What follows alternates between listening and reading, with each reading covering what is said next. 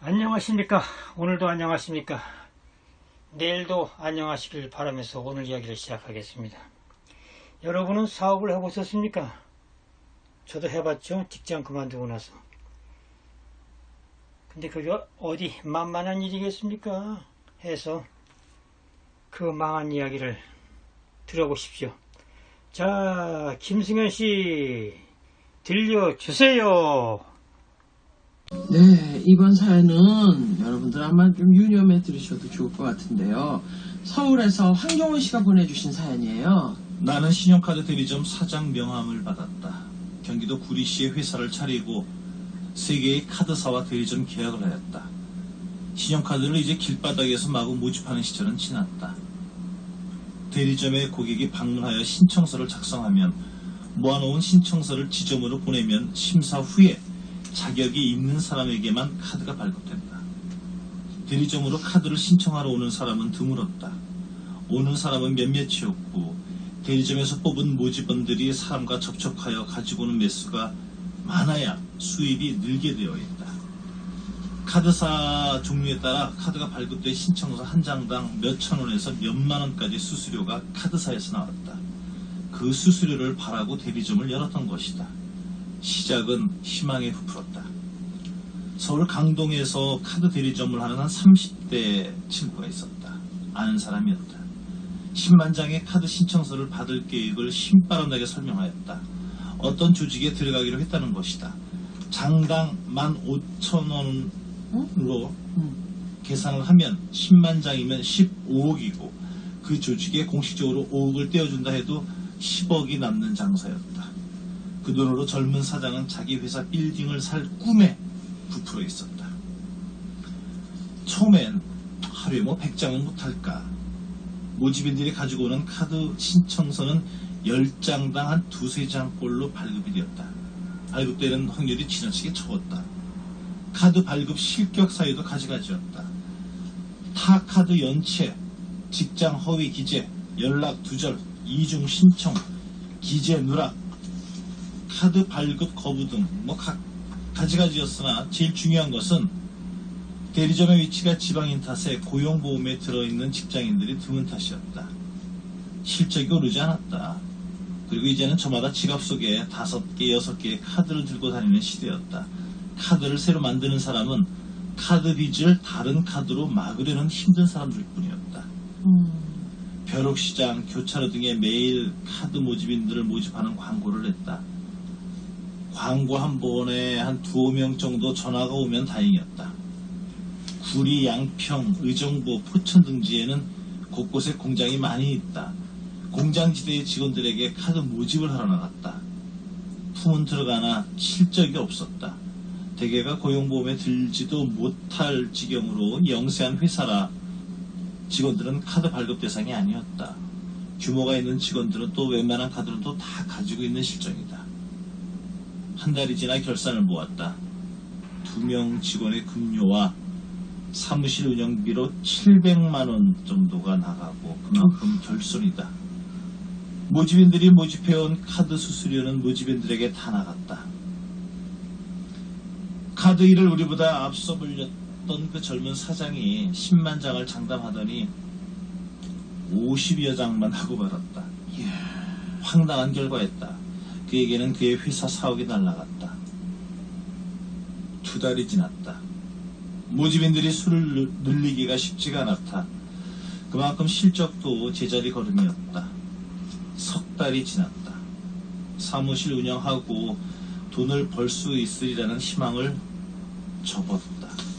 끝내 2천만원 날리고 다른 사람에게 넘겼다. 이제 카드 시대는 지났다.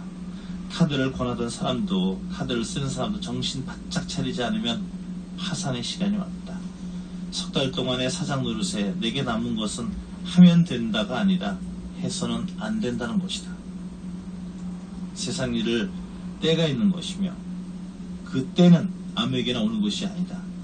내게 남은 것은 실패의 경험과 가능하다고 남들이 말해도 철저한 분석과 계획을 세워야 한다는 것이다. 참 비싼 레슨비를 치르셨지만 그래도 이분은 판단을 굉장히 빨리 하신 것 같아요. 이렇게 해서 석 달에 2천만 원이 적자지만 그래도 조금 더 해서 뭐 넉 달째서부터는 막 이러면서 뜬구름을 잡지는 않으셨나요? 그래요. 그리고 이 카드 대리점. 그 모집인들이 나가서 모집을 해오면, 예. 해온다고 다 되는 게 아니라, 그렇죠. 카드가 발급이 될 경우에, 그렇죠. 수수료가 나오겠죠? 예, 그렇죠. 자, 저는 이분하고 직접 전화 연결을 해서 좀 알아봤으면 네. 싶거든요. 전화 연결해 보겠습니다. 황정원 씨. 네, 안녕하세요. 네, 안녕하세요. 예. 네, 안녕하세요. 네. 자, 이제 그 거리에서 그 카드 모집하는 건 금지가 돼 있습니까? 언제부터 그렇게 금지가 돼 있었죠? 제 카드 그 거리에서 모집하는 것은 아마 금년 초부터일 거예요. 네. 거리에서는 안 되고 카드를 만들고자 희망하는 사람은 그 카드 이제 대리점이라 그러면 또 지점은 안 해요. 성격이 지점이라 그러면은 카드 발행하는 큰 회사가 이제 지점을 운영하고 있고 네. 지점에서 어떤 지역에 한 군데 정도를 이제 자기 요건에 맞춰가지고 요즘은 일반 이제 고객들이 그곳에 와서 카드 발급 신청을 하거든요. 또는 모집인들이 이제 그 개별적으로 이제 방문을 하는데 마치 보험 설계사처럼 처음 시작하는 모집인들은 가족부터 이제 해나가죠. 네. 지역 동창해가지고 해나가고 또 요즘에는 인터넷상에서도 그 개인이 인터넷 들어가면은 카드 신청하게 그렇게 또 바뀌었어요. 그러니까 이제 가두에서 저희가 오래전에 그 봐왔거든요. 네. 그 카드 모집. 파라솔 예. 쳐놓고서 그냥 뭐 맞아. 카드 예. 저기 드세요. 드세요. 이거 하세요. 써놓고 그래서 카드 받아가요. 문제가 된 것이 이제 뭐 그 카드 미성년자 그럼요. 예. 되고 뭐 그런 문제점이 좀 있었는데 그 무차별로 그 카드 모집하면서 신용불량으로 이어지고 또 범죄 등 사회 문제로 이어졌다라는 얘기 많이 들으셨죠? 그렇죠, 많이 들었죠. 근데 요즘에 또 보니까 주부들이 많이 하러 와요. 근데 주부들이 왜 하러 오냐 하면은 이제 그 친구들하고 이제 어울리다 보니까 카드 씀새가 커졌습니다. 예. 커져서 이제 그 본인 카드를 이제 가령 A회사 카드를 썼는데 예. 그 카드가 이제 적자를 본 거예요. 예. 그럼 B 카드를 만들어야죠. 예. 와가지고 하는데 그 주부들의 경우에는 그 단독 카드는 안 만들어져요. 아, 그래요? 가족 카드로 만들어주지. 그러니까 남편 거와 부인께 같이 그렇죠. 발급이 되는 거죠? 그래서 이제 그 주부들은 자기 단독 카드를 희망하거든요. 남편 남편 몰래 만들려고. 아, 근데 네. 그렇게 하면은 남편한테 전화가 가요. 부인이 누군데 부인이 우리 좀 카드를 만들라고 하시는데 동의하시냐 해가지고 야. 동의를 하지 않으면 안 만들어져요. 자.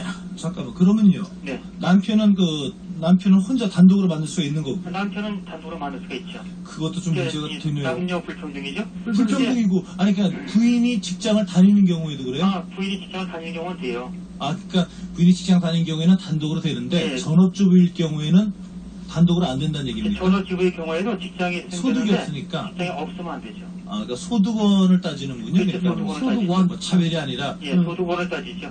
근데 만약 집에서 부인이 이제 소득이 있고 예. 남편이 없다 할 경우에는 그때 남편이 이제 그 가족 카드를 만들어야 되고 부인이 이제 본인 카드를 만드실 수 있는 거죠. 예. 아니 근데 사연 중에서 요즘에 카드 내려고 하는 분들이 카드 빚을 갚기 위해서 내는 카드를 분들이 내는 많다고요? 거예요? 이렇게 보면은 저기 요즘 뭐 이제 여러 가지 사회에서 시끄러운 문제가 있지만은 보통 이제 카드를 만들려고 오는 사람들이 보통 5장, 6장은 기본으로 가지고 있거든요. 그 사람들이 그 보통 5장을 더 많이 가지는 사람도 있어요. 그 사람들이 이제 와가지고는 카드 이제 보통 100만 원씩 있을까 없는 사람이 300만 원 썼더라고요. 그리고 이제 우리가 있었던 이제 구리 지역에 그 보면은 그 앞에 이제 그 경마장이 있었어요. 네. 이제 전선으로 하는 경마장이죠. 경마장에 들어가는 분들은 돈이 필요하지 않습니까? 예. 그럼 카드로 이제 그 은행에서 이제 현금 인출해가지고 예. 쓰다 보니까 뭐 경마하면 뭐 경마 잡아가지고 돈이 생기겠어요? 다 들어먹지? 예. 그러면 또 카드 만들어가지고 그 빚을 갚다 보니까 빚으로 그냥 악순환이 되는 거죠. 악순환이 되는 거 맞죠? 그래서 석 달 만에 아주 빠른 판단으로 잘 그만두셨다 예, 싶으세요? 1년 좀 몇 달 더 하려다 보니까 네. 집까지 날아가겠더라고요. 그래요. 그 이제 지금 여기 편지에 써 있는 이제 모집원들은 이제 가두에 사는 것이 아니라 이제 방문을 해서 또는 아는 뭐 주위 사람들한테 주위 사람들을 만나서 이제 그 가입을 요구하는 거군요. 네, 그렇습니다. 그러면은 그 수수료는 그분과 어떻게 그분이 다 수수료는 보통 이제 이래요. 요즘에 유명한 카드들, 뭐 삼성 카드 이런 카드들은 그 상당히 많이 가지고 있기 때문에 네. 그저 카드는 이제 수수료가 비싸요. 보통 4만 원씩 주고 네. 보통 현대 카드 이런 카드들은 15,000원, 16,000원 나거든요. 음. 그런데 요즘 모집인들이 이제 정보 시대라 얼마가 나오는지 다 알고 있어요. 수수료가. 예. 그래서 이제 그분들한테 수수료를 다 주지 않으면은 모집을 안 해가지고 오거든요. 그럼 그분들한테 수수료가 다 나가요. 그럼 대리점은 어떻게 운영하냐면은 네.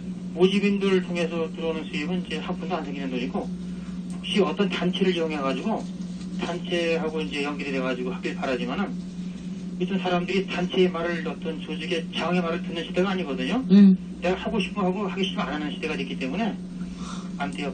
과거엔 가능했어요. 예. 예. 예, 알겠습니다. 네. 도움 말씀 고맙습니다. 네, 네. 예. 감사합니다.